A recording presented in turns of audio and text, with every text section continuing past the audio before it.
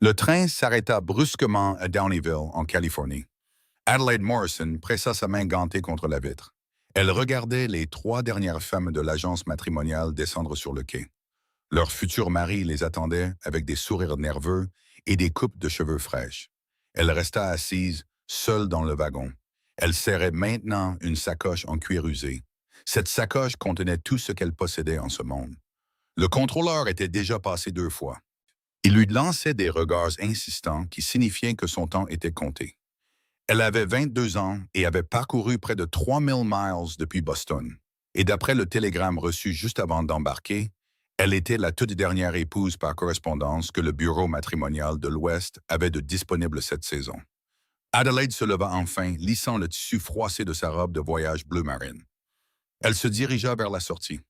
Le soleil de septembre frappa son visage avec une chaleur surprenante. Elle descendit les marches en métal, ses bottes trouvant appui sur le quai en bois. L'année était 1876. Downeyville était niché dans les montagnes de la Sierra Nevada. C'était une ville minière qui avait connu des jours meilleurs. Mais elle s'accrochait à la vie avec une détermination tenace. Des pins entouraient la colonie, et la rivière Yuba coulait quelque part au loin. C'était un murmure constant de mouvement qui semblait souligner la nature éphémère de tout ici. Elle regarda autour d'elle, cherchant quelqu'un qui pourrait la chercher. Le quai s'était vidé, à l'exception d'un cheminot qui poussait un chariot de bagages, et d'une femme âgée qui balayait une poussière qui reviendrait dans l'heure. Le cœur d'Adelaide se serra. Et peut-être y avait-il eu une erreur.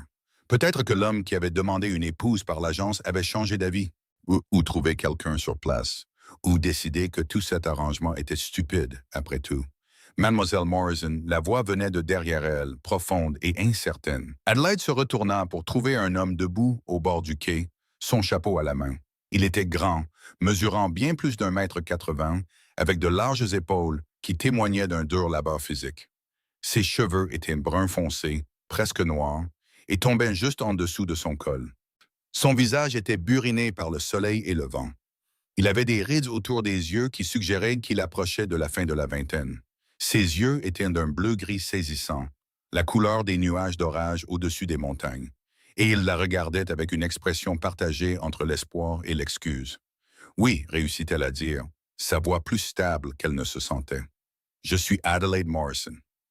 Isaac Barrett, dit-il, faisant un pas de plus, mais en gardant une distance respectueuse.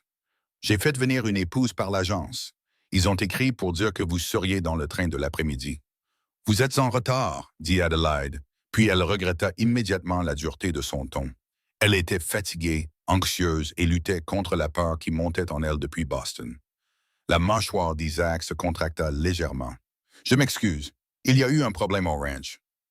Un des chevaux s'est emmêlé dans une clôture en fil de fer. Et le temps que je le libère, j'étais en retard sur mon programme. Il fit une pause, semblant peser soigneusement ses prochains mots. Je comprendrais si vous vouliez faire demi-tour et retourner dans l'Est. Je ne vous en voudrais pas de penser que je ne suis pas fiable. Il y avait de l'honnêteté dans sa voix, une franchise qui prit Adelaide au dépourvu. Elle s'était attendue à beaucoup de choses de cet arrangement, mais une considération sincère n'était pas en tête de sa liste. La plupart des hommes qui faisaient venir des épouses par correspondance cherchaient des servantes ou des compagnes de lit, pas des partenaires. L'agence l'avait prévenu de garder ses attentes modestes. « Je n'ai pas d'argent pour un billet de retour, » dit Adelaide doucement, « et rien vers quoi retourner, même si j'en avais. » Quelque chose vacilla dans l'expression d'Isaac, de la compréhension peut-être, ou la reconnaissance d'une âme sœur. « Alors, laissez-moi prendre votre sac et vous montrer le ranch. Ce n'est pas grand-chose, mais c'est une terre honnête, et je la travaille du mieux que je peux, seul. » Adelaide lui tendit sa sacoche et il la souleva facilement. Il la conduisit à un chariot attelé à 2 chevaux robustes. Il l'aida à monter sur le banc d'un geste doux. Son contact fut bref et impersonnel. Puis il grimpa à côté d'elle et prit les rênes.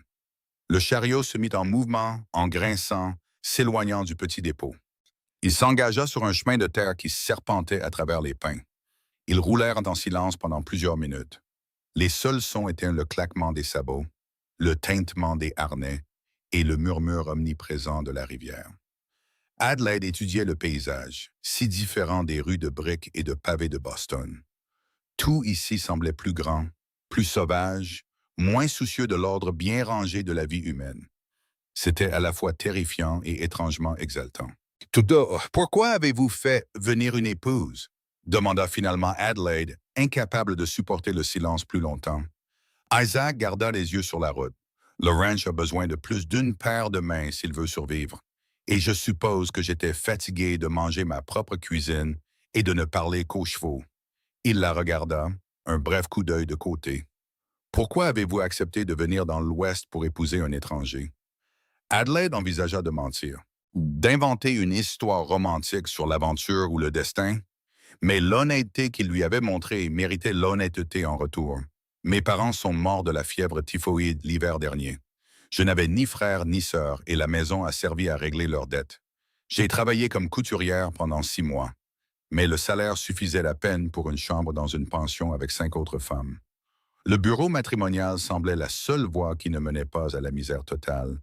Ou pire, je suis désolé pour vos parents, dit Isaac, et elle pouvait entendre qu'il le pensait vraiment. Merci, répondit doucement Adelaide. Le ranch apparut après 20 autres minutes de trajet. Il était modeste, comme Isaac l'avait promis. Une maison d'un seul étage construite en bois et en pierre, usée par le temps, mais d'apparence solide. Une grange qui avait connu des jours meilleurs, mais qui semblait fonctionnelle. Des enclos abritant peut-être une douzaine de chevaux. Et au-delà, des pâturages qui s'étendaient jusqu'à la lisière des arbres. Des montagnes s'élevaient au loin, leurs sommets conservant encore des plaques de neige de l'hiver dernier, malgré la chaleur de la fin de l'été. Isaac aida Adelaide à descendre du chariot. Elle resta là, regardant la maison qui était apparemment maintenant son foyer. Cela semblait surréaliste, comme si elle vivait la vie de quelqu'un d'autre. La maison a 2 chambres, dit Isaac, sa voix prudente. J'en utilise une. Et l'autre est à vous jusqu'à ce que nous décidions comment nous voulons procéder avec cet arrangement. Il porta son sac jusqu'à la porte d'entrée, qu'il poussa sans la déverrouiller. Les gens ne ferment pas beaucoup leurs portes à clé par ici. Mais nous devrions probablement commencer maintenant que vous êtes là. L'intérieur était plus propre que ce à quoi Adelaide s'était attendue. La pièce principale servait à la fois de cuisine et de salon.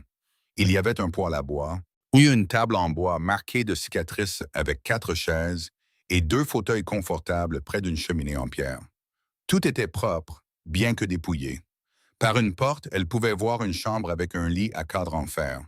Isaac la conduisit par une autre porte, dans ce qui était clairement la chambre d'amis. Elle contenait un lit plus petit, une commode et une fenêtre qui donnaient sur les pâturages. « Je sais que ce n'est pas luxueux, » dit Isaac, posant son sac sur le lit. « Mais le toit ne fuit pas, et le poêle garde la maison chaude en hiver. »« C'est plus que suffisant, » dit Adelaide, passant sa main sur la commode. Aucune poussière ne se déposa sur son gant. « Merci de l'avoir préparé. » Isaac hocha la tête, semblant soulagé. « Je vais vous laisser un peu de temps pour vous installer. Il y a de l'eau dans le pichet sur la commode si vous voulez vous rafraîchir. Quand vous serez prête, revenez dans la pièce principale et nous pourrons parler des attentes et de ce genre de choses. » Il partit, fermant doucement la porte derrière lui. Adelaide s'assit sur le lit, soudain submergée par l'énormité de ce qu'elle avait fait. Elle avait traversé un continent pour épouser un homme dont elle n'avait jamais vu le visage avant aujourd'hui. Pour vivre dans un endroit si isolé que le voisin le plus proche était probablement à des miles de là. Pour construire une vie à partir de rien. Elle s'accorda exactement 5 minutes d'incertitude et de peur. Puis elle se leva, déballa ses quelques affaires dans la commode. Elle se lava le visage et les mains dans la bassine et alla affronter ce qui l'attendait. Isaac se tenait près du poêle, versant du café dans 2 tasses en étain. Il lui entendit une quand elle entra et ils s'assirent à la table, l'un en face de l'autre. « Je veux être honnête avec vous sur ce que je recherche, » commença Isaac. « J'ai besoin d'aide avec le ranch. Le travail est dur et il y en a plus qu'une seule personne ne peut en gérer. J'espère que vous êtes prête à apprendre le métier de rancher, bien que je ne m'attende pas à ce que vous le connaissiez maintenant. En retour, je peux vous offrir un foyer, de la nourriture et toute la protection que je suis capable de fournir. » Il fit une pause, ses doigts enroulés autour de sa tasse de café. « Quant au mariage, l'agence a dit que nous devrions nous marier dans le mois suivant votre arrivée. Mais je ne vais pas vous forcer à faire quoi que ce soit que vous ne voulez pas. Si vous avez besoin de temps pour décider si vous pouvez tolérer de vivre ici, tolérer de vivre avec moi, je vous donnerai ce temps. Adelaide sirota son café, qui était fort et amer, et d'une certaine manière exactement ce dont elle avait besoin. C'est juste. J'apprécie votre considération. Elle le regarda droit dans les yeux. Je ne prétendrai pas connaître quoi que ce soit à l'élevage. Mais je n'ai pas peur du travail. Je sais cuisiner, nettoyer, coudre, et j'apprends vite. Quant au mariage, je suis venu ici avec l'intention d'honorer l'accord. Mais je suis d'accord que nous devrions au moins nous connaître un peu avant de nous présenter devant un prêtre. Alors nous avons un accord, dit Isaac, et une partie de la tension quitta ses épaules. Pour l'instant, nous travaillons comme des partenaires. Voyons comment les choses se passent. Pas de pression, pas de précipitation. Bon, ils passèrent le reste de l'après-midi dans une sorte de danse hésitante, apprenant à partager l'espace. Isaac montra à Adelaide la propriété, expliquant ses plans pour agrandir le troupeau, réparer la grange, peut-être planter quelques cultures s'il parvenait un jour à prendre de l'avance sur l'entretien quotidien. Adelaide écoutait, posait des questions et commença à voir qu'Isaac Barrett était un homme ambitieux, mais tempéré par le réalisme. Ses rêves étaient freinés par les dures mathématiques de la survie. Ce soir-là, Adelaide prépara le dîner avec les provisions qu'Isaac avait. Du porc salé, des haricots et des biscuits. Une nourriture simple, mais elle la prépara bien, et Isaac mangea avec une réelle appréciation. C'est le meilleur repas que j'ai eu depuis des mois, dit-il, en sauçant le jus des haricots avec son dernier morceau de biscuit. Alors vos standards sont dangereusement bas, répondit Adelaide, mais elle sourit en le disant. Au cours des jours suivants, ils prirent un rythme. Isaac se levait avant l'aube pour s'occuper des chevaux, et Adelaide se levait peu après pour préparer le petit déjeuner. Ils mangeaient ensemble, puis travaillaient toute la matinée. Isaac apprit à Adelaide comment vérifier les blessures des chevaux, comment nettoyer correctement les stalles, comment réparer les harnais et renforcer les poteaux de clôture. Le travail était épuisant. Ses muscles lui faisaient mal à des endroits dont elle ignorait l'existence. Mais il y avait aussi quelque chose de satisfaisant là-dedans. À la fin de chaque journée, elle pouvait voir ce qu'elle avait accompli. Adelaide, à son tour, mit de l'ordre dans les affaires domestiques. Elle organisa la cuisine, lava et raccommoda les vêtements d'Isaac et prépara des repas consistants et variés. Elle trouva un potager derrière la maison qui avait été négligé. Rachel passa ses heures libres à le faire revivre, coaxant des courges de fin de saison et des légumes racines de la terre fatiguée. Ils parlaient pendant les repas, partageant des bribes de leurs histoires. Isaac avait grandi dans une petite ferme du Missouri, le plus jeune de 4 garçons. Ses parents étaient morts pendant la guerre et ses frères s'étaient dispersés aux 4 vents. Il était venu dans l'Ouest il y a 5 ans, occupant divers emplois avant d'économiser assez pour acheter cette terre. Il avait construit la maison lui-même avec l'aide de voisins qui étaient depuis partis vers des perspectives plus prometteuses. Adelaide lui parla de Boston, de son père qui était commis et de sa mère qui faisait de la couture pour joindre les deux bouts. Elle lui parla de la fièvre qui avait ravagé leur quartier, comment elle avait soigné ses 2 parents jusqu'à la fin, comment le propriétaire lui avait donné 1 semaine pour quitter les lieux après leur mort. Elle ne pleura pas en racontant ces histoires, mais sa voix devint basse, et Isaac écouta sans l'interrompre. 2 semaines après l'arrivée d'Adelaide, ils se rendirent ensemble à Downeyville pour des provisions. La ville était plus grande qu'Adelaide ne l'avait d'abord pensé. La rue principale était bordée de magasins, de saloons et d'un hôtel. Isaac attacha le chariot devant le magasin général, et ils entrèrent. Une femme d'âge moyen derrière le comptoir salua Isaac avec familiarité. « Isaac Barrett, en chair et en os !» dit la femme. « Et qui est, Madame Fletcher? »« Voici Adelaide Morrison. » Isaac dit. « Elle est arrivée par le train il y a 2 semaines. » Les yeux de Madame Fletcher s'écarquillèrent de compréhension. L'épouse par correspondance. « J'ai entendu dire que vous en aviez fait venir une. Eh bien, bienvenue à Downeyville, ma chère.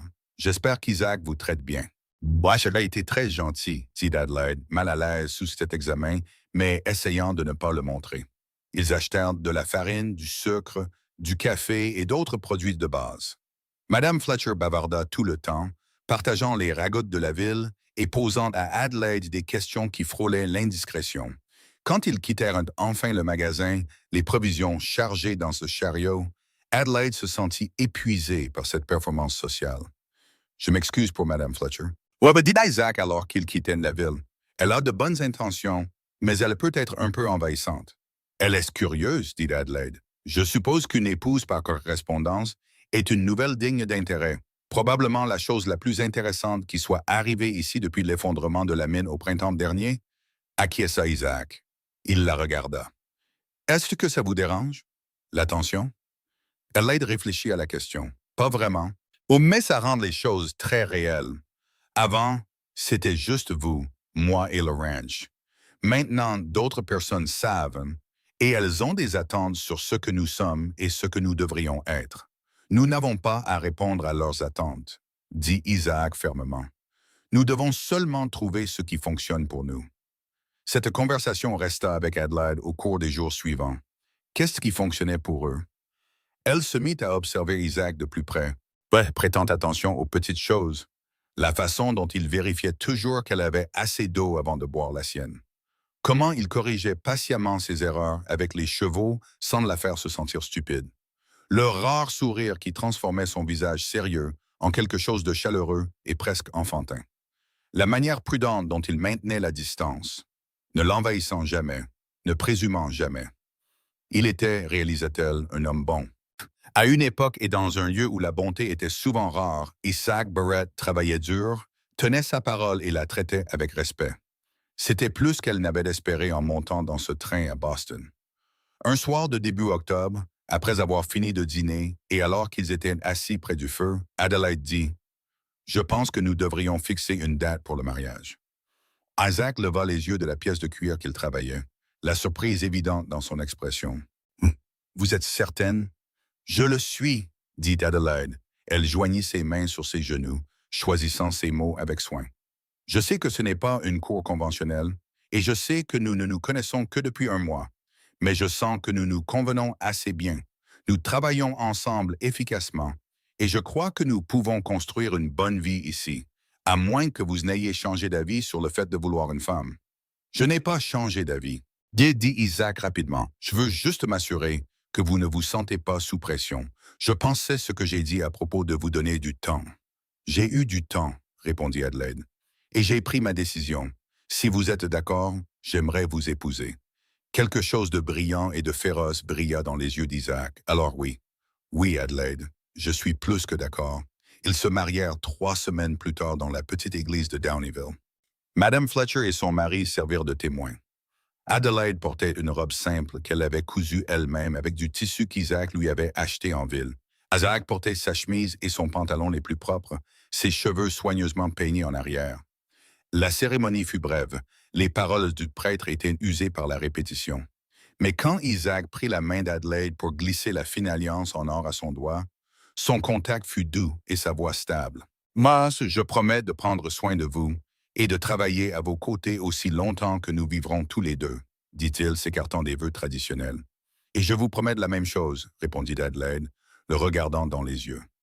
Quand le prêtre les déclara mariés et dit à Isaac qu'il pouvait embrasser sa femme, il y eut un moment d'hésitation.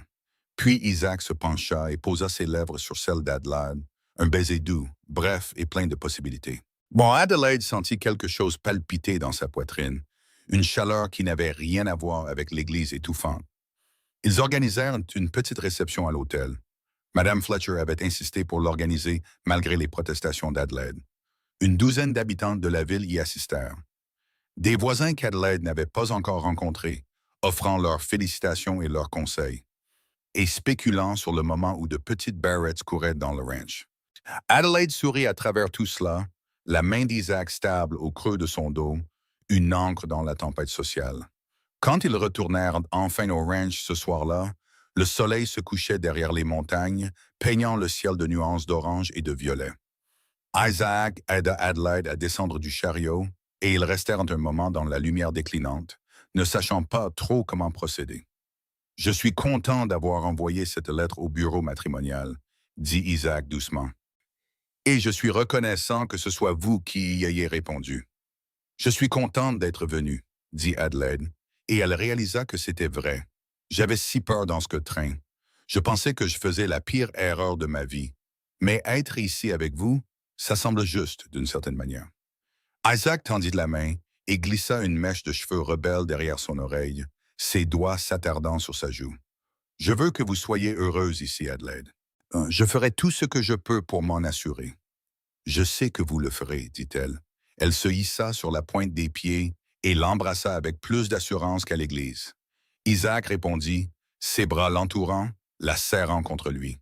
Le baiser s'approfondit, et Adelaide sentit une chaleur se répandre dans son corps, l'anticipation et la nervosité se mélangeant. Ils entrèrent et Isaac raviva le feu pendant qu'Adelaide allumait les lampes. Ils se déplaçaient l'un autour de l'autre avec une nouvelle sorte de conscience. L'air entre eux était chargé de possibilités. Quand Isaac prit enfin sa main et la conduisit à sa chambre, à leur chambre maintenant, Adelaide le suivit volontiers, son cœur battant la chamade, mais son esprit clair. Cette nuit-là, ils s'unirent avec tendresse et soin. Le contact d'Isaac était respectueux, la réponse d'Adelaide honnête. Ce n'était pas la passion exercée d'amants expérimentés, mais plutôt la connexion maladroite et sincère de deux personnes qui s'apprenaient pour la première fois. Quand ce fut fini, Adelaide reposait dans les bras d'Isaac, sa tête sur sa poitrine, écoutant le battement régulier de son cœur. « Est-ce que ça va ?» demanda doucement d'Isaac, sa main passant dans ses cheveux. « Oui, dit Adelaide, je vais plus que bien. Je suis heureuse. » Elle sentit la poitrine d'Isaac se soulever et s'abaisser dans une profonde respiration. « Moi aussi. » L'hiver qui suivit fut rude, comme le sont toujours les hivers de la Sierra Nevada. La neige tomba, lourde et fréquente, s'accumulant contre les murs de la maison et de la grange. Isaac et Adelaide travaillèrent ensemble pour nourrir et abriter les chevaux, pour entretenir les feux, pour s'assurer qu'ils avaient assez de nourriture stockée pour durer jusqu'au printemps. L'isolement était profond. Certains jours, ils ne voyaient rien d'autre que le paysage blanc et l'un l'autre. Mais Adelaide découvrit que cela ne la dérangeait pas. Le ranch qui lui avait semblé si vide à son arrivée semblait maintenant confortable, un refuge contre le monde froid extérieur. Elle passait ses journées à cuisiner, à coudre, à lire la petite collection de livres d'Isaac et à apprendre à jouer de l'harmonica usée qu'il possédait depuis son enfance. Isaac lui apprit à jouer aux cartes le soir et il pariait des allumettes et des faveurs futures, riant de paris insensés. Or qu'ils parlèrent sans fin de leurs enfances, de leurs rêves, de leurs peurs. Isaac avoua qu'il avait craint qu'aucune femme n'accepte de l'épouser, qu'il était trop rustre, trop peu raffiné. Adelaide admit qu'elle avait été terrifiée à l'idée qu'Isaac soit cruel ou grossier, qu'elle avait passé tout le trajet en train à imaginer les pires scénarios. « Je suis content que nous ayons tous les deux eu tort, » dit Isaac, la serrant contre lui sur le canapé qu'il partageait maintenant la plupart des soirs. « Moi aussi, » murmura Adelaide, embrassant sa mâchoire. Leur relation physique s'approfondit à mesure qu'ils devenaient plus à l'aise l'un avec l'autre. Ce qui avait commencé comme une exploration hésitante devint une intimité confiante. Adelaide découvrit qu'Isaac était un amant attentif, patient et généreux, et elle apprit à son tour ce qui lui plaisait. Ils s'unirent souvent pendant ces mois d'hiver, parfois avec urgence, parfois avec une lente paresse, mais toujours avec une affection croissante. En janvier, Adelaide était certaine d'être enceinte. Ses règles s'arrêtèrent et elle commença à avoir des nausées le matin. Elle attendit quelques semaines de plus pour être sûre avant de le dire à Isaac, nerveuse quant à sa réaction. Elle choisit une nuit de février, après qu'ils eurent fini de dîner. « Isaac, j'ai quelque chose à te dire. » Il leva les yeux du bois qu'il taillait. Ah, son expression attentive. « Qu'est-ce que c'est? »« Je suis enceinte, » dit simplement Adelaide. « Je suis presque sûre d'en être à environ 3 mois. » Isaac devint très immobile, son couteau s'arrêtant en plein mouvement. Puis un sourire se répandit sur son visage, large et sincère et plein de joie. « Vraiment? »« Vraiment, » confirma Adelaide, son propre sourire répondant au sien. Isaac posa son couteau et s'approcha d'elle, s'agenouillant à côté de sa chaise et prenant ses mains. « Adelaide! Oh, c'est une nouvelle merveilleuse. Tu es heureuse? »« Je le suis, » dit-elle, le soulagement l'envahissant à sa réaction. « J'étais nerveuse de te le dire, mais oui, je suis très heureuse. »« Nerveuse? Pourquoi serais-tu nerveuse? » demanda Isaac, sincèrement perplexe. « Je n'étais pas sûr que tu veuilles des enfants si tôt, » admit Adelaide. « Nous sommes mariés depuis à peine 6 mois. »« Adelaide, je ne peux pas imaginer de meilleures nouvelles, » dit Isaac avec ferveur. Il pressa son front contre leurs mains jointes. « Un bébé, notre bébé. Mon Dieu, je suis si heureux que je pourrais crier. S'il te plaît, ne le fais pas. » rit Adelaide. Tu vas effrayer les chevaux. Isaac leva les yeux, ses yeux brillants. Je vais être père, et tu vas être mère. Nous allons être une famille. Cette nuit-là, ils restèrent au lit à parler de l'avenir. Le bébé serait-il un garçon ou une fille? Quel prénom aimait-il? Comment s'organiserait-il pour dormir quand le bébé arriverait?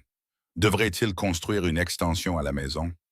La conversation se prolongea tard dans la nuit, tous deux trop excités pour dormir.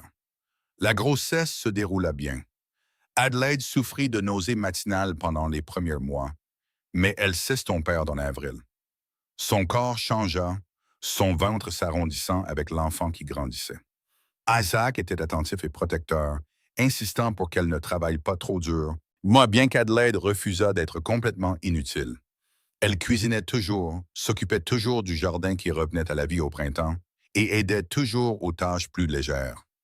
Isaac, pendant ce temps, se lança dans les préparatifs.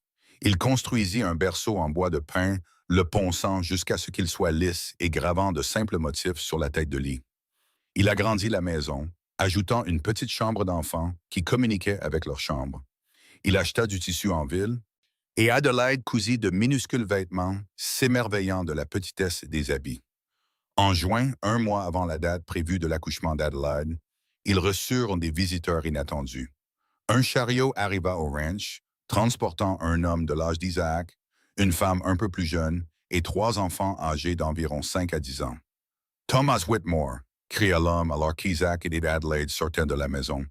Vous ne vous souvenez probablement pas de moi, mais nous avons travaillé ensemble à la scierie il y a 6 ans. J'ai entendu dire que vous aviez un domaine par ici, et j'ai pensé m'arrêter en passant.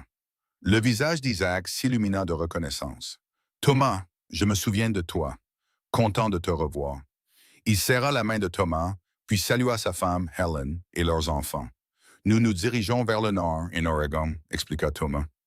Nous cherchons de nouvelles opportunités, mais nous avons pensé nous arrêter pour dire bonjour. Restez pour le dîner, insista Adelaide. S'il vous plaît, nous avons rarement de la compagnie. Les Whitmore acceptèrent, et les 2 familles passèrent la soirée ensemble. Les enfants coururent partout sur la propriété, ravis de cette liberté.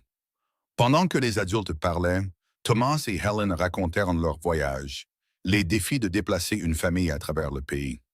Adelaide et Isaac parlèrent du ranch, du bébé à venir, de leurs projets pour l'avenir. Vous deux semblez bien assortis. Bart observa Helen, en regardant Isaac et Adelaide ensemble. C'est agréable à voir. Tant de mariages ici sont des affaires de convenance ou de désespoir. Je suppose que le nôtre a commencé comme ça, admet Adelaide. Je suis venue ici comme épouse par correspondance, la dernière disponible cette saison. Mais c'est devenu bien plus qu'une convenance. Vous l'aimez, dit simplement Helen. Adelaide regarda Isaac, qui montrait à Thomas la nouvelle extension de la chambre d'enfant, et gesticulant avec animation en expliquant son processus de construction. Oui, dit-elle doucement. Je l'aime, je ne m'y attendais pas, mais je l'aime. Le sait-il? Demanda Helen. Adelaide cligna des yeux, réalisant qu'elle n'avait jamais prononcé ces mots à voix haute. Je ne suis pas sûr. Nous n'en avons pas discuté explicitement. Vous devriez le lui dire, conseilla Helen. Les hommes peuvent être inconscients de choses qui nous semblent évidentes. Et les mots comptent, même lorsque les actions parlent déjà clairement. Cette nuit-là, après que les Whitmore eurent poursuivi leur chemin, Adelaide resta au lit à penser aux paroles d'Helen. Isaac l'aimait-il? Elle croyait qu'il tenait profondément à elle. C'était évident dans tout ce qu'il faisait. Mais l'amour était une chose différente, plus grande et plus compliquée. Tu penses très fort, murmura Isaac à côté d'elle, sa main posée sur son ventre gonflé. À quoi penses-tu? Adelaide se tourna pour lui faire face dans l'obscurité. Helen a dit quelque chose aujourd'hui qui m'a fait réaliser que je ne t'ai jamais dit quelque chose d'important. Qu'est-ce que c'est? Demanda Isaac, sa voix curieuse mais pas inquiète. Je t'aime, Isaac, dit simplement Adelaide. Je ne suis pas venue ici en t'aimant, évidemment. Mais quelque part en chemin, je suis tombée amoureuse et je voulais que tu le saches. Elle sentit Isaac s'immobiliser à côté d'elle. Puis il lui prit le visage entre ses mains, son pouce caressant sa joue. Adelaide, je t'aime depuis environ le 3e jour de ton arrivée. Tu étais dans le jardin, à genoux dans la terre. Tu as levé les yeux vers moi avec de la terre sur le nez. Et tu m'as dit que tu aurais des carottes fraîches pour l'hiver, même si ça devait te tuer. Et j'ai pensé, voilà une femme qui mérite d'être aimée. Voilà une femme avec qui je pourrais passer ma vie heureux. Pourquoi n'as-tu rien dit? Demanda Adelaide, l'émotion serrant sa gorge. Je ne voulais pas te mettre la pression, dit Isaac. Je me suis dit que tu avais assez de choses auxquelles t'adapter sans que je te déclare mes sentiments avant que tu ne sois prête à les entendre. Mais Adelaide, je t'aime. Je t'aime tellement que ça me fait parfois peur. Adelaide l'embrassa alors, un baiser profond et féroce, essayant de déverser tout ce qu'elle ressentait dans cette connexion. Ils firent de l'amour lentement, prudemment compte tenu de sa grossesse avancée. Et après, ils restèrent enlacés, se chuchotant des mots doux et des promesses dans l'obscurité. 3 semaines plus tard, par un chaud après-midi de juillet, Adelaide entra en travail. Isaac se rendit à Downeyville à bride abattue pour chercher la sage-femme, Madame Patterson, une femme expérimentée qui avait mis au monde la plupart des bébés de la région au cours des 20 dernières années. Elle arriva avec son sac de fournitures et prit la situation en main avec une efficacité calme. Le travail fut long et difficile. Adelaide savait que l'accouchement était douloureux, mais la réalité dépassait tout ce qu'elle avait imaginé. Elle serra la main d'Isaac pendant les contractions, criant parfois, se mordant parfois la lèvre pour rester silencieuse. Isaac resta à ses côtés tout le temps, lui épongeant le front avec des linges frais, lui murmurant des encouragements, la laissant serrer sa main jusqu'à ce que ses doigts deviennent blancs. « Vous vous débrouillez à merveille, ma chère, » dit Madame Patterson pendant une brève accalmie. « Le bébé arrive comme il se doit. Encore quelques poussées et vous pourrez rencontrer votre petit. »« Je ne peux pas, » allaita Adelaide, épuisée au-delà de toute mesure. « Si tu peux, » dit Isaac fermement, son visage près du sien. « Adelaide, tu es la personne la plus forte que je connaisse. Tu peux le faire. » Elle le regarda dans les yeux et trouva la force de continuer. À la contraction suivante, elle poussa avec tout ce qui lui restait. Et puis soudain, la pression se relâcha et le cri d'un bébé remplit la pièce. « Un garçon !» annonça Madame Patterson, en brandissant le nourrisson qui criait. « Vous avez un beau garçon en bonne santé. » Adelaide s'effondra sur les oreillers, des larmes coulant sur son visage. Isaac pleurait aussi, réalisa-t-elle, ses yeux fixés sur le bébé pendant que Madame Patterson le nettoyait et l'enveloppait. Quand la sage-femme plaça enfin le nourrisson dans les bras d'Adelaide, Adelaide baissa les yeux sur son fils et sentit son cœur se dilater d'une manière qu'elle n'aurait jamais cru possible. Il était rouge et minuscule, avec une quantité surprenante de cheveux noirs et des yeux qui, lorsqu'ils s'ouvrirent brièvement, étaient du même bleu-gris que ceux de son père. Ses petites mains s'agitaient sans but, et Adelaide en attrapa un avec son doigt, s'émerveillant des minuscules ongles parfaits. « Il est magnifique, » dit Isaac d'une voix rauque, s'asseyant sur le bord du lit et touchant la tête du bébé avec une infinie douceur. « Il est parfait, » acquiesça Adelaide. Ils l'appelèrent Jacob Samuel Barrett, Jacob pour le père d'Adelaide, Samuel pour celui d'Isaac. C'était un bon bébé, tout bien considéré, bien qu'il l'ait tant éveillé à toute heure avec son besoin de manger. Adelaide était épuisée, mais c'était une sorte d'épuisement différent de celui qu'elle avait connu auparavant. Celui-ci venait avec un but, avec de la joie. Isaac fut un père dévoué dès le premier instant. Il changeait les couches sans se plaindre, faisait les 100 pas avec Jacob quand il était agité, lui parlait constamment même si le bébé ne pouvait pas comprendre. Adelaide les regardait ensemble et tombait de nouveau amoureuse de son mari, voyant cette nouvelle facette de lui. Les mois qui suivirent furent difficiles. Gérer un ranch avec un nouveau-né n'était pas une mince affaire, mais ils y parvinrent, travaillant en équipe comme ils l'avaient fait depuis le début. Adelaide apprit à faire les corvées avec Jacob attaché à son dos dans une écharpe qu'elle avait cousue. Isaac ajusta son emploi du temps pour être disponible quand Adelaide avait besoin de repos. Jacob grandit vite, comme le font les bébés en bonne santé. À 6 mois, il tenait assis. À 9 mois, il rampait avec un enthousiasme déterminé. La maison qui avait semblé si calme autrefois résonnait maintenant des rires et des babillages de bébés. Ils durent installer des barrières pour empêcher Jacob d'accéder aux zones dangereuses. Et Isaac construisit un petit enclos où ils pouvaient le contenir en toute sécurité pendant qu'il travaillait à proximité.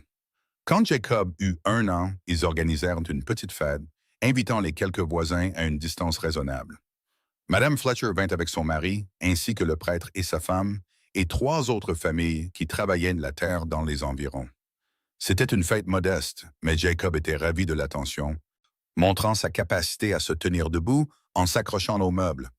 Vous vous en êtes bien sorti, dit Madame Fletcher à Adelaide, alors qu'elle regardait Isaac lancer doucement Jacob dans les airs, faisant hurler de rire l'enfant. Le ranch est prospère. Vous avez un beau fils en bonne santé, et vous et Isaac êtes clairement heureux ensemble. C'est plus que ce que la plupart des gens accomplissent. Je sais, dit doucement Adelaide. Parfois, je pense à ce jour où je suis arrivé en train, à quel point j'avais peur, à quel point j'étais incertaine. Je n'aurais jamais pu imaginer tout ça. La vie a une façon de nous surprendre, dit Madame Fletcher, souvent pour le meilleur, si nous sommes assez courageux pour saisir les opportunités qui se présentent. Cette nuit-là, après le départ des invités et que Jacob fut endormi dans son berceau, Adelaide et Isaac s'assirent sur le porche, regardant les étoiles apparaître dans le ciel qui s'assombrissait.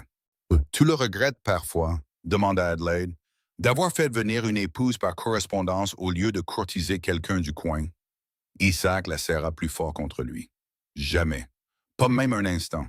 Tu es tout ce que j'aurais pu vouloir et 1000 choses que je ne savais pas espérer. » Il fit une pause, puis ajouta, « Regrettes-tu d'être venu? » « Non, dit fermement Adelaide.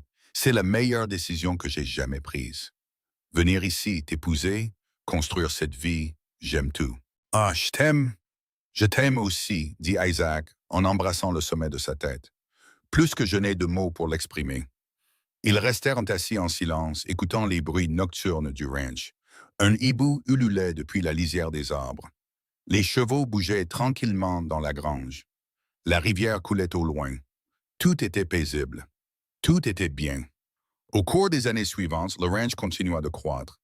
Isaac acheta plus de chevaux, construisit de meilleures installations et commença à se forger une réputation de négociant honnête dans la région. Adelaide agrandit le jardin et apprit à conserver efficacement la nourriture, s'assurant qu'ils avaient beaucoup de réserves pour les hivers rigoureux. Jacob devint un bambin curieux et énergique, puis un enfant bavard qui suivait son père partout, posant des questions sans fin. Quand Jacob eut 3 ans, Adelaide découvrit qu'elle était de nouveau enceinte. La nouvelle fut accueillie avec enthousiasme par tout le monde. Jacob était intrigué par l'idée d'un frère ou d'une sœur, bien qu'il ne comprenait pas entièrement ce que cela signifiait.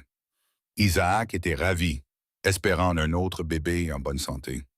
Cette grossesse fut plus facile que la première. Adelaide savait à quoi s'attendre maintenant, et son corps semblait mieux le supporter.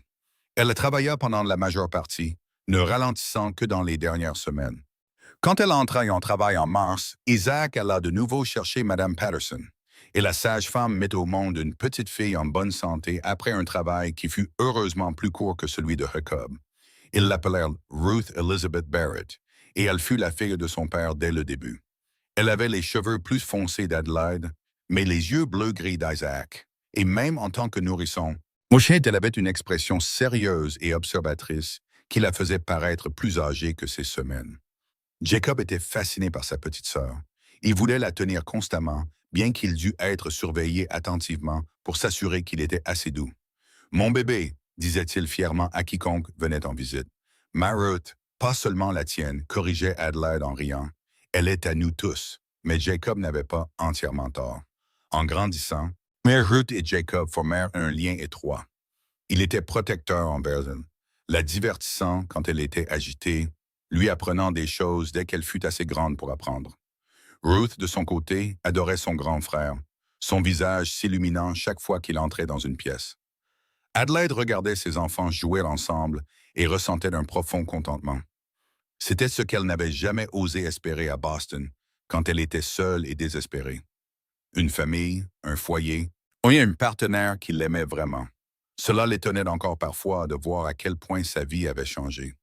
Quand Ruth eut 2 ans et Jacob 5, ils firent face à leur première vraie crise. Une tempête hivernale particulièrement violente s'abattit en janvier, apportant des conditions de blizzard qui durèrent 3 jours. La neige s'accumula en hauteur contre les bâtiments, et la température chuta si bas que l'eau dans les abreuvoirs des chevaux gela complètement. Isaac sortait toutes les quelques heures pour vérifier les animaux, s'assurant qu'ils étaient nourris et aussi au chaud que possible. Le 2e jour, il revint à la maison en boitant, le visage crispé par la douleur. Qu'est-il arrivé? Demanda Adelaide, l'aidant à entrer. J'ai glissé sur la glace près de la grange, dit Isaac entre ses dents serrées. Je me suis tordu la cheville. Peut-être cassé. Je ne suis pas sûr. Adelaide l'installa sur une chaise et examina la cheville, qui était déjà en train de gonfler de manière alarmante. Elle la banda fermement, la suréleva et lui fit promettre de ne pas s'appuyer dessus. Mais les chevaux avaient toujours besoin de soins, et il n'y avait personne d'autre pour le faire. J'irai, dit Adelaide. Adelaide, non, protesta Isaac. C'est trop dangereux dehors. La visibilité est presque nulle, et si tu te perdais, tu pourrais mourir de froid avant de retrouver ton chemin. Alors que suggères-tu? Demanda Adelaide. Les chevaux ne peuvent pas rester sans nourriture et sans eau jusqu'à la fin de la tempête. Ils vont mourir. La mâchoire d'Isaac se contracta alors qu'il luttait avec cette situation impossible. Finalement, il dit, « Nous y allons ensemble. Tu m'aides à sortir et je te dirigerai pour ce qui doit être fait. Nous attachons une corde de la maison à la grange pour ne pas nous perdre. » Ce n'était pas une solution idéale, mais c'était la seule qu'ils avaient. Adelaide s'émitoufla dans autant de couches qu'elle le pouvait, s'assura que les enfants étaient en sécurité et occupés à l'intérieur, et aida Isaac à sortir en boitillant dans la tempête. Le vent était si fort qu'il faillit la renverser, et la neige lui piquait le visage comme des aiguilles. Isaac avait eu raison à propos de la visibilité. Elle pouvait à peine voir ses propres mains devant son visage, mais ils atteignirent la grange en utilisant la corde qu'Isaac avait fixée. Et une fois à l'abri relatif, Adelaide se mit au travail. Isaac s'assit sur une botte de foin et lui dit quoi faire. Nourrir les chevaux, briser la glace dans les abreuvoirs et les remplir. Vérifier chaque animal pour des signes de détresse. C'était un travail difficile, rendu plus dur par le froid et la peur, mais Adelaide persévéra. Ils firent 3 voyages comme ça pendant la tempête, chacun difficile et dangereux. Mais ils gardèrent les chevaux en vie et personne ne fut gravement blessé. Quand la tempête se calma enfin le 4e jour, révélant un paysage transformé en congères blanches et en sculptures de glace, Adelaide était épuisée, mais fière. « Je n'aurais pas pu faire ça sans toi, » dit Isaac alors qu'il regardait le ciel dégagé. Sa cheville était toujours enflée, mais il pouvait maintenant y mettre un peu de poids. « Tu as sauvé les chevaux, Adelaide. Tu as sauvé le ranch. »« Nous l'avons sauvé ensemble, » corrigea Adelaide, « comme nous faisons tout. » Isaac la serra contre lui et l'embrassa, lèvres froides contre lèvres froides. « Partenaire, dit-il. »« Toujours, » acquiesça Adelaide. Les années continuèrent de s'écouler, marquées par le rythme régulier de la vie au ranch. Jacob commença l'école en ville, y allant avec Isaac quand il allait chercher des provisions. Il restait chez Madame Fletcher pendant la semaine et rentrait à la maison le week-end. Il apprit à lire, à écrire, à compter, à réciter de la poésie. Ruth suivit 3 ans plus tard, puis se révélant encore plus doué pour les études que son frère. Adelaide regardait ses enfants grandir avec un mélange doux-amer de fierté et de tristesse. Ils devenaient leur propre personne, indépendante et capable. Jacob hérita de l'amour de son père pour les chevaux et avait un don naturel pour les dresser. Ruth s'intéressait à tout, posant des questions sur la science, l'histoire et le monde, au-delà de leur petit coin de Californie. Adelaide continuait de travailler au ranch aux côtés d'Isaac, leur partenariat s'approfondissant à chaque saison. Ils connaissaient si bien les rythmes de l'autre maintenant qu'ils pouvaient travailler ensemble sans mots, anticipant les besoins et comblant les lacunes automatiquement. Le soir, ils s'asseyaient toujours ensemble et parlaient, mais maintenant, leurs conversations portaient souvent sur la planification de l'avenir des enfants.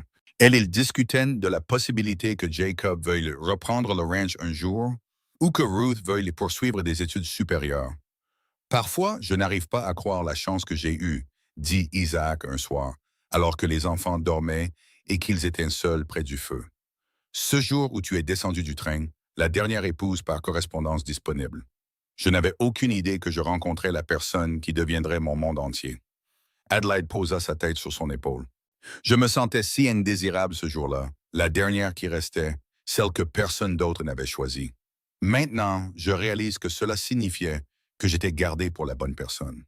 Tu as toujours été la seule dont j'avais besoin, dit doucement Isaac. Même avant de savoir que tu existais, tu étais celle que j'attendais. Ils s'embrassèrent, un baiser lent et profond, encore capable de susciter la passion l'un chez l'autre après toutes ces années. Cette nuit-là, où ils firent l'amour avec l'intimité confortable d'une longue familiarité, chacun sachant exactement comment plaire à l'autre, leur corps s'emboîtant aussi parfaitement que leur vie. Quand Adelaide eut 35 ans et Isaac 38, ils apprirent qu'ils seraient de nouveaux parents. La grossesse était inattendue mais bienvenue. Jacob avait maintenant 12 ans, Ruth 9, tous deux assez grands pour être excités par l'arrivée d'un nouveau frère ou d'une nouvelle sœur. La grossesse se déroula normalement, bien qu'Adelaide la trouva plus fatigante que les deux précédentes. Son corps était plus âgé maintenant, moins résistant. En octobre, Adelaide entra en travail. Madame Patterson vint comme elle l'avait fait 2 fois auparavant, mais cette fois, il y eut des complications. Le bébé était mal positionné et le travail s'éternisa pendant près de 20 heures. Adelaide était épuisée au-delà de toute mesure, à peine consciente, quand Madame Patterson réussit enfin à manœuvrer le bébé dans la bonne position. Encore une poussée, Adelaide, l'exhorta la sage-femme. Donne-moi tout ce qui te reste. Adelaide regarda Isaac, qui était pâle et effrayé, mais essayait d'être fort pour elle. Elle puisa dans des réserves qu'elle ne savait pas posséder et poussa de toutes ses forces. Le bébé glissa et Madame Patterson s'empressa de dégager ses voies respiratoires. Pendant un terrible instant, il y eut le silence. Puis un cri faible et plaintif remplit la pièce et Adelaide sanglota de soulagement. Encore un garçon, annonça Madame Patterson, sa voix lassée mais satisfaite. Petit mais en bonne santé. Tu as bien travaillé, Adelaide. Ils l'appelèrent Samuel Isaac Barrett, inversant les prénoms qu'ils avaient utilisés pour Jacob. Samuel était en effet petit, plus petit que ses 2 frères et sœurs ne l'avaient été. Mais il était féroce dans sa détermination à s'épanouir. Il tétait vigoureusement, prenait du poids régulièrement et prouva qu'il avait une paire de poumons capable de réveiller toute la maisonnée. Jacob et Ruth étaient fascinés par leur petit frère. Ils aidaient à s'occuper de lui, se disputaient pour savoir qui le tiendrait et rivalisaient pour le faire sourire. Adelaide regardait ses 3 enfants ensemble et sentait que son cœur pourrait éclater de plénitude. À mesure que les enfants grandissaient, le ranch grandissait avec eux.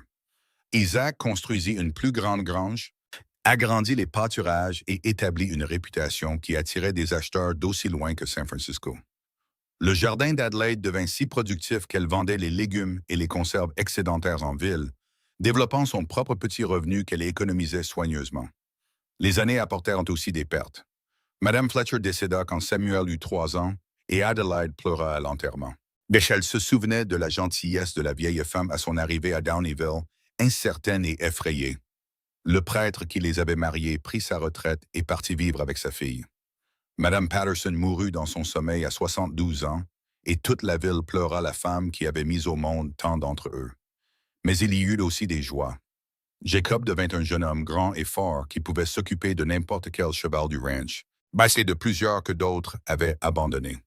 À 19 ans, il épousa une fille de la ville, Catherine Sanders, qui vint vivre au ranch et aida aux travaux. Adelaide accueillit chaleureusement sa belle-fille, se souvenant de sa propre arrivée en tant qu'étrangère devenant famille. Ruth poursuivit ses études avec détermination, devenant finalement enseignante à Downeyville. Elle rencontra et épousa un médecin qui avait récemment établi un cabinet en ville, et ils construisirent une maison près de l'école. Elle visitait souvent le ranch, amenant son mari au dîner du dimanche et aidant Adelaide avec les conserves chaque automne. Samuel, le bébé surprise, devint un enfant réfléchi et artistique qui aimait le dessin et la musique plus que l'élevage. Isaac s'inquiéta d'abord que cela signifie que Samuel ne voudrait pas rester sur la terre. Mais Adelaide l'assura qu'il soutiendrait le chemin que leur plus jeune choisirait. Nous avons eu la chance de faire ce que nous voulions de nos vies, dit-elle à Isaac. Nous devrions donner à nos enfants la même liberté. Tu as raison, acquiesça Isaac. J'espère juste que ce qu'il choisira le rendra heureux. Quand Adelaide eut 45 ans, elle et Isaac célébrèrent leur 20e anniversaire de mariage. Leurs enfants organisèrent une fête au ranch, invitant tout le monde à des miles à la ronde.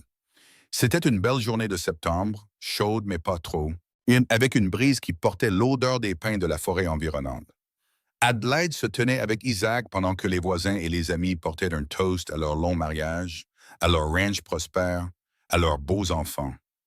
Elle regarda la vie qu'ils avaient construite et pouvait à peine la concilier avec la jeune femme effrayée qui était descendue de ce train 2 décennies plus tôt. « À quoi penses-tu » demanda doucement Isaac, son bras autour de sa taille. Je pense à ce télégramme que j'ai reçu avant de quitter Boston, dit Adelaide. Il disait que j'étais la dernière épouse par correspondance disponible cette saison. Je pensais que cela signifiait que j'étais une pensée après coup, un lot de consolation. Maintenant, je réalise que cela signifiait que j'étais gardé pour toi. Les yeux d'Isaac étaient étrangement brillants. Tu n'as jamais été une pensée après coup, Adelaide. Dès l'instant où je t'ai vu sur ce quai, tu étais tout. Et chaque jour depuis n'a fait que confirmer que tu étais exactement l'épouse, la partenaire, la personne dont j'avais besoin. Et tu étais exactement ce dont j'avais besoin, répondit Adelaide. Même quand je ne savais pas quoi espérer, tu as dépassé mes attentes. Tu m'as donné un foyer, une famille et un amour que je n'aurais jamais imaginé possible. Ils s'embrassèrent alors devant tous leurs invités qui applaudirent et acclamèrent.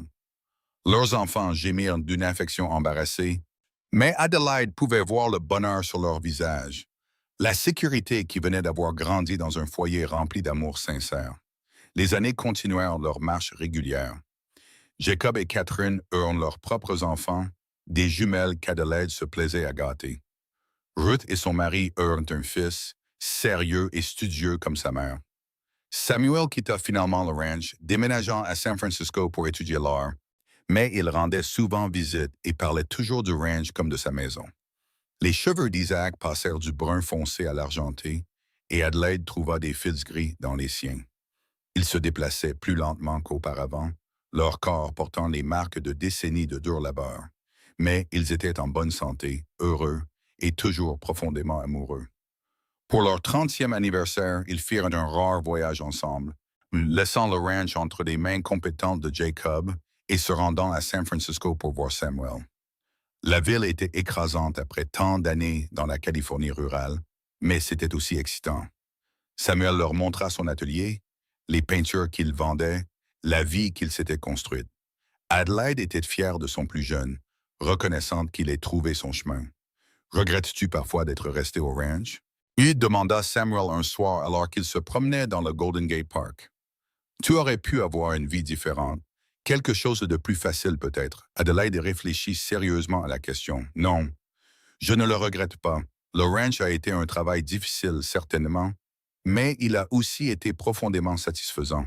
Et j'ai eu ton père à mes côtés à chaque étape. Cela a fait toute la différence. »« Il t'aime beaucoup, » observa Samuel. « C'est évident dans tout ce qu'il fait, et je l'aime, » dit simplement Adelaide. « Plus maintenant que même lorsque nous nous sommes mariés, bien que je ne pensais pas cela possible à l'époque. L'amour grandit, Samuel. Il s'approfondit, change et devient quelque chose de plus riche avec le temps. » Ils retournèrent au ranch après une semaine en ville, et Adelaide fut surprise de voir à quel point il était bon d'être à la maison. La maison qu'elle avait autrefois trouvée simple semblait maintenant belle, remplie de souvenirs et de sens. La terre qu'elle avait trouvée intimidante lui semblait maintenant une vieille amie, familière et réconfortante. Isaac et Adelaide s'installèrent dans leurs dernières années avec grâce. Ils cédèrent progressivement de plus en plus d'opérations du ranch à Jacob, bien qu'ils aidassent encore aux tâches quotidiennes. Ils passèrent plus de temps avec leurs petits-enfants, leur apprenant l'élevage, la vie, l'importance du travail acharné et de l'amour sincère. Un soir, quand Adelaide avait 52 ans, elle et Isaac s'assirent sur le porche comme ils l'avaient fait d'innombrables fois. Le soleil se couchait derrière les montagnes, le ciel embrasé de couleurs. Leurs petits-enfants jouaient dans la cour, leur rire porté par la brise du soir.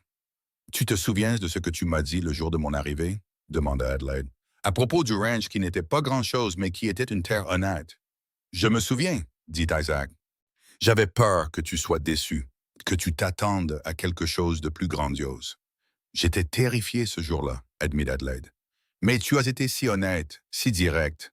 Tu n'as pas fait de fausses promesses, ni essayé de m'impressionner avec des choses que tu n'avais pas.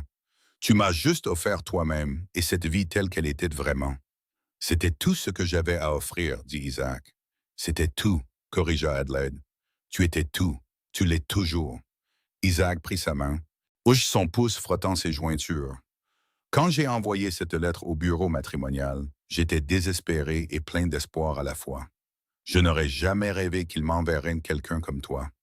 Quelqu'un qui deviendrait non seulement ma femme, mais ma partenaire, ma meilleure amie, le centre de mon monde entier. J'étais la dernière épouse disponible, dit doucement Adelaide. Mais j'étais la bonne pour toi et pour cette vie. Tout s'est déroulé exactement comme il se devait.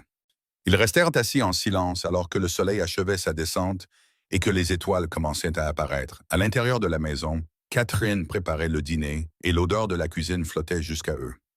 Jacob était dans la grange, terminant les corvées du soir. Les petits-enfants continuaient leur jeu, une énergie sans fin soutenue par la jeunesse. Je referai tout, dit soudain Isaac. Chaque moment, chaque épreuve, chaque défi, tout exactement pareil. Oui, juste pour finir ici avec toi. Moi aussi, acquiesça Adelaide. Elle posa sa tête sur son épaule, respirant son odeur familière, de cuir, de foin et de foyer. Moi aussi. Au fil des ans, Adelaide et Isaac vers leur famille continuaient de grandir et de prospérer. D'autres petits-enfants arrivèrent, chacun une joie et une bénédiction. Le ranch resta prospère, offrant une bonne vie à Jacob et sa famille. Ruth devint directrice de l'école, respectée et admirée dans toute la communauté. Lord de Samuel gagna en reconnaissance et il épousa finalement une femme qui partageait sa passion artistique. Quand Isaac eut 60 ans, Adelaide organisa une fête qui rassembla 4 générations de la famille Barrett. En regardant toutes les personnes issues de leur union qui existaient grâce à ce jour où elle était descendue du train à Downeyville, Adelaide se sentit submergée de gratitude. Cette nuit-là, après que tout le monde fut parti ou allé se coucher, Isaac et Adelaide se tinrent ensemble, regardant les étoiles. Il y a 33 ans, tu as pris un risque avec un étranger, dit Isaac. Tu es venu dans l'Ouest pour épouser quelqu'un que tu n'avais jamais rencontré, pour vivre dans un endroit que tu n'avais jamais vu. Cela a demandé un courage incroyable. J'étais désespéré, dit Adelaide. Je ne me sentais pas du tout courageuse. Mais tu l'étais, insista Isaac. Et tu as été courageuse chaque jour depuis, courageuse, forte et merveilleuse.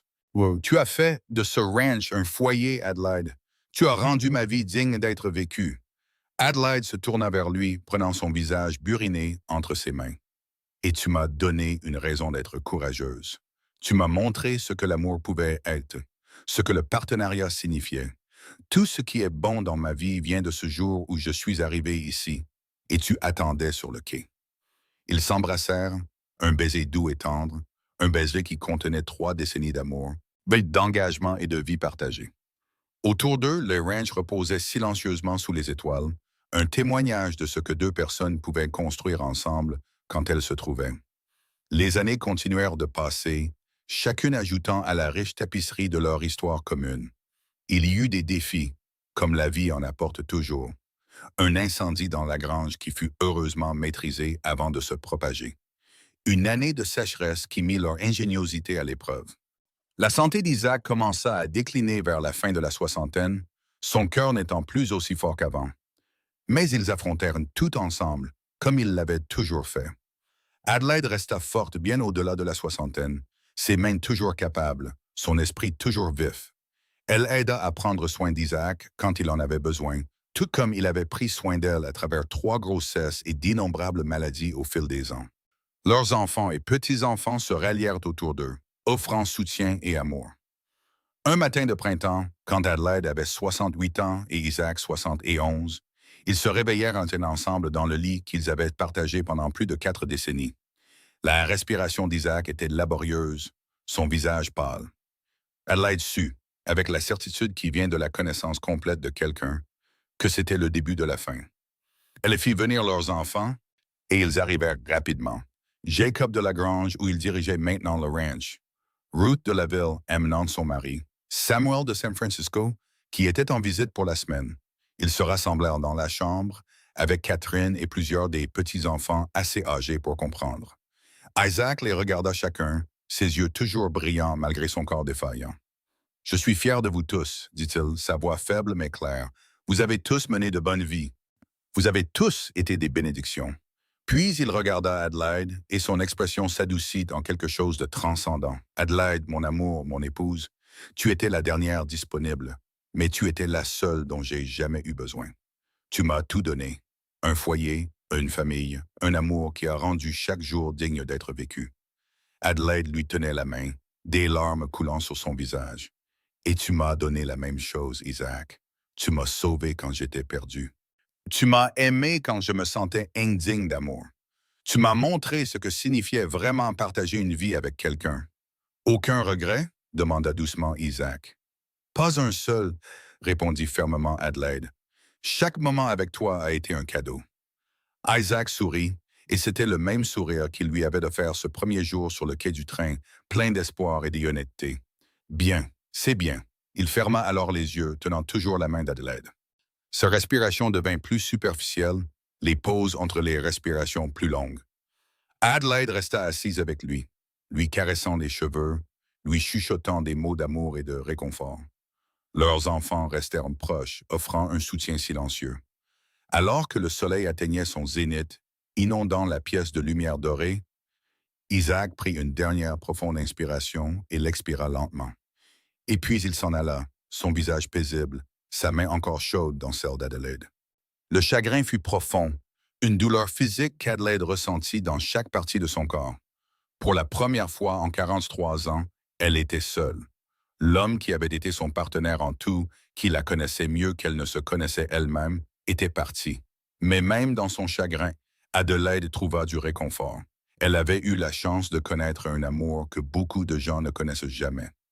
Elle avait partagé une vie riche, pleine et significative. Isaac avait été à elle, et elle avait été à lui, et rien ne pouvait effacer ces décennies de bonheur. Les funérailles furent très suivies. L'église était bondée de personnes dont Isaac avait touché la vie, des voisins, des associés, des amis de toute la communauté. Ils partagèrent des histoires sur la justice d'Isaac, son travail acharné, son dévouement à sa famille. Adelaide écouta, pleura et accepta les condoléances, entourée de ses enfants et petits-enfants. Dans les semaines qui suivirent, Adelaide dut réapprendre à être seule. C'était plus difficile maintenant qu'à l'époque où elle était une jeune femme à Boston. À l'époque, elle était seule avec son chagrin et sa peur. Maintenant, elle était seule avec ses souvenirs et sa perte. Mais elle n'était pas vraiment seule. Ses enfants lui rendirent souvent visite, s'assurant qu'on prenait soin d'elle. Ses petits-enfants apportaient du bruit et de la vie à la maison. Le ranch continuait autour d'elle, constant et réconfortant. Adelaide vécut encore 15 ans après la mort d'Isaac. Elle vit naître d'autres petits-enfants et même quelques arrière-petits-enfants. Elle aidait où elle pouvait au ranch, bien que son corps devîne plus fragile avec l'âge. Elle garda la maison qu'Isaac avait construite, dormant dans leur chambre, entourée de la vie qu'ils avaient créée ensemble. Elle racontait des histoires à quiconque voulait bien l'écouter. Des histoires de Far West à sa fin, d'épouses par correspondance et de nouveaux départs, d'amour trouvé dans des endroits improbables. Elle voulait que leur histoire soit rappelée, voulait que les gens sachent ce qui était possible lorsque deux étrangers prenaient un risque l'un pour l'autre. Un matin tranquille de début d'automne, alors que les feuilles commençaient à peine à tourner et que l'air portait le premier soupçon de l'approche de l'hiver, Adelaide Morrison Barrett s'éteignit paisiblement dans son sommeil. Elle avait 83 ans et elle mourut dans la maison qu'elle avait transformée en foyer, sur le ranch qu'elle avait aidé à construire, entourée des échos de l'amour qui avait défini sa vie. À ses funérailles, ses enfants, petits-enfants et arrière-petits-enfants se rassemblèrent pour célébrer une vie bien vécue. Ils parlèrent de sa force, de sa gentillesse, de son amour indéfectible pour leur père et grand-père. Ils racontèrent comment elle était venue dans l'Ouest en tant que dernière épouse par correspondance disponible et avait créé un héritage qui perdurerait pendant des générations. Jacob, maintenant un vieil homme lui-même, se tint devant sa tombe et dit « Ma mère nous a appris que l'amour ne réside pas dans les grands gestes ou les circonstances parfaites. Il s'agit d'être présent chaque jour, de travailler ensemble, de construire quelque chose de significatif avec quelqu'un qui vous apprécie autant que vous l'appréciez. Elle et mon père ont prouvé que deux étrangers pouvaient en devenir tout l'un pour l'autre s'ils étaient assez courageux pour essayer. » Adelaide fut enterrée à côté d'Isaac, leur tombe côte à côte sur une colline surplombant le ranch. L'inscription sur sa pierre tombale était simple. Adelaide Morrison Barrett, épouse, mère, grand-mère bien-aimée. Elle est venue dans l'Ouest pour survivre et a trouvé l'amour à la place. Le ranch continua pendant plusieurs générations, transmis dans la famille qu'Adelaide et Isaac avaient créée. La maison fut entretenue, modernisée avec soin pour préserver son caractère tout en s'adaptant aux besoins modernes. Et l'histoire fut toujours racontée. L'histoire de comment Isaac Barrett avait fait venir une épouse par correspondance et Adelaide Morrison avait répondu. Et ensemble, ils avaient construit quelque chose d'extraordinaire à partir des débuts les plus ordinaires. En fin de compte, Adelaide avait eu raison ce jour-là sur le quai du train. Elle avait été la dernière épouse disponible cette saison, non pas parce qu'elle était indésirable, mais parce qu'elle était gardée pour la bonne personne. Isaac avait spécifiquement besoin d'elle, de sa force, de son courage et de sa capacité à aimer. Et elle avait besoin de lui. De son honnêteté, de sa gentillesse et de son dévouement constant. Ils étaient parfaits l'un pour l'autre, deux pièces de puzzle qui s'emboîtaient parfaitement bien, qu'elles aient été découpées dans des parties du monde complètement différentes. Leur amour s'était construit sur le respect et le partenariat, approfondi par le travail et les défis partagés, et soutenu par une affection sincère qui n'a fait que se renforcer avec le temps. C'était une histoire d'amour qui n'aurait pu se produire que dans le Far West, dans cette brève fenêtre de l'histoire où les hommes envoyaient des lettres aux bureaux matrimoniaux et les femmes montaient dans des trains pour épouser des étrangers. C'était une histoire d'amour née de la nécessité et du désespoir, transformée par le courage et l'engagement en quelque chose de beau et de durable. Et bien qu'Isaac et Adelaide aient depuis longtemps quitté ce monde, leur amour perdurait dans la famille qu'ils avaient créée, dans le ranch qu'ils avaient construit, et dans l'histoire qui était racontée et répétée. Ils avaient prouvé que parfois, les meilleures choses de la vie ne viennent pas d'une planification minutieuse ou de circonstances parfaites, mais du fait de prendre un risque vers l'inconnu et de travailler ensemble pour créer quelque chose de meilleur que ce que l'un ou l'autre aurait pu créer seul. Adelaide était descendue de ce train, effrayée et seule, la dernière épouse disponible, non désirée par personne d'autre. Mais elle avait été désirée par la seule personne qui comptait. Isaac n'avait pas vu un reste ou un lot de consolation, mais une femme avec le potentiel d'être sa partenaire, son égale, son amour. Et ensemble, ils avaient créé une vie qui dépassait à la fois leurs rêves les plus fous et leurs espoirs les plus modestes. En fin de compte, c'était tout ce que l'on pouvait demander, tout ce que l'on pouvait espérer accomplir. Une vie bâtie sur l'amour, soutenue par le partenariat, et dont on se souvient avec joie. Ils avaient trouvé cela ensemble, le cow-boy et son épouse par correspondance, et leur histoire continuerait de vivre bien après qu'ils aient tous deux rejoint la Terre. Ils avaient travaillé si fidèlement pendant tant d'années.